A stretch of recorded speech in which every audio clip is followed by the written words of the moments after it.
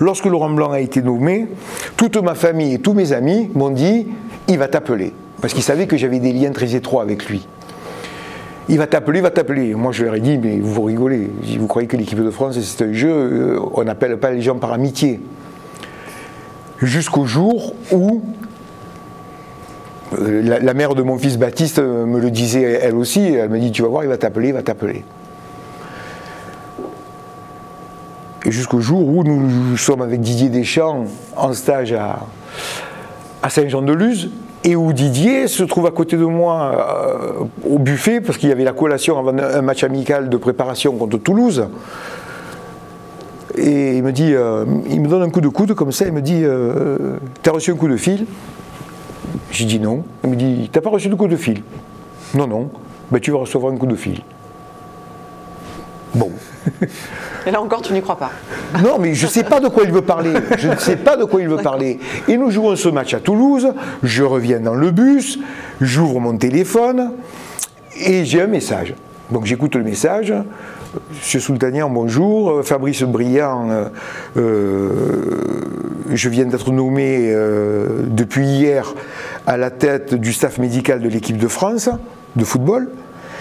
Et j'ai eu une longue discussion avec Laurent Blanc qui m'a dit de rentrer en contact avec vous parce que vous êtes sa priorité. C'est flatteur. Alors je tombe des nues, je dis mais c'est pas possible qu'il l'ait fait quoi. C'est pas possible qu'il l'ait fait. Parce que je suis convaincu qu'il n'y a pas d'amitié là. Il n'y a pas d'amitié. Il reprenait, il faut rappeler quand même que c'est après Naïsna que Laurent Blanc reprend l'équipe de France et que l'équipe de France est au plus bas, notamment en termes de popularité, et qu'il lui faut absolument beaucoup de sérieux, remonter la pente. Mais il faut rappeler aussi que l'OM a été champion de France, tu es le kiné de l'équipe championne de France.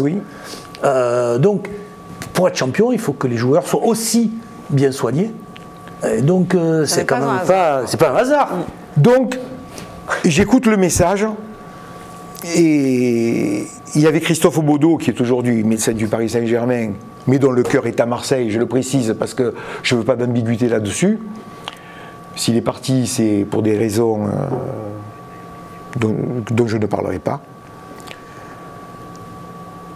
Je fais écouter le message à Christophe, qui est vraiment un des plus proches de moi dans le milieu du football. J'ai dit, Christophe, écoute ça. Il écoute, il dit, putain, c'est le top. Il me dit, tu te rends compte, l'équipe de France. J'ai dit, mais je ne vais pas y aller. Il me dit, quoi? J'ai dit, je ne vais pas y aller, Christophe.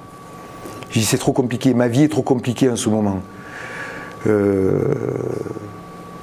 L'OM, c'est trop prenant. La vie de famille, n'en parlons pas. Avec un petit garçon qui avait donc à l'époque 4 ans. Ma femme qui était hôtesse de l'air, très compliqué. J'ai dit, il y a quelques tiraillements dans le ménage, j'ai dit, Christophe, c'est pas le moment. Alors c'est quoi qui te fait te décider? C'est quoi le déclic du coup? Pardon? C'est quoi le déclic? Pourquoi tu acceptes au final? J'y viens. Et Christophe me dit, tu n'as pas le droit de passer à côté de ça. Tu n'as pas le droit.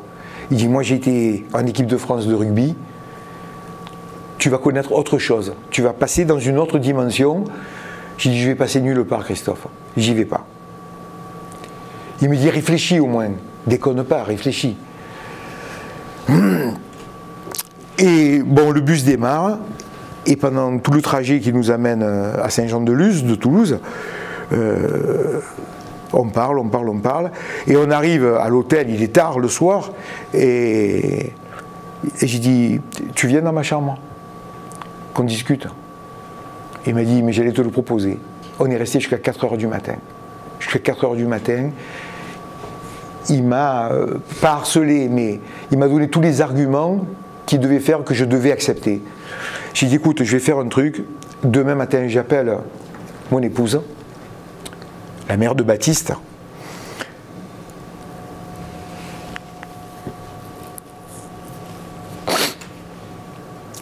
Et il faut que j'en parle avec elle. Je ne peux pas prendre la décision tout seul. Et lorsque je l'appelle, bon, je vais essayer d'être bref. Elle me dit, je t'avais dit qu'il t'appellerait. Je dis, oui, mais je vais dire non. Elle me dit, pourquoi? Ben, j'ai dit, ben, écoute, la vie elle est compliquée actuellement, tu le sais bien. Donc, on n'arrête pas de se croiser. Je vais refuser. Mais elle me dit, tu n'as pas le droit.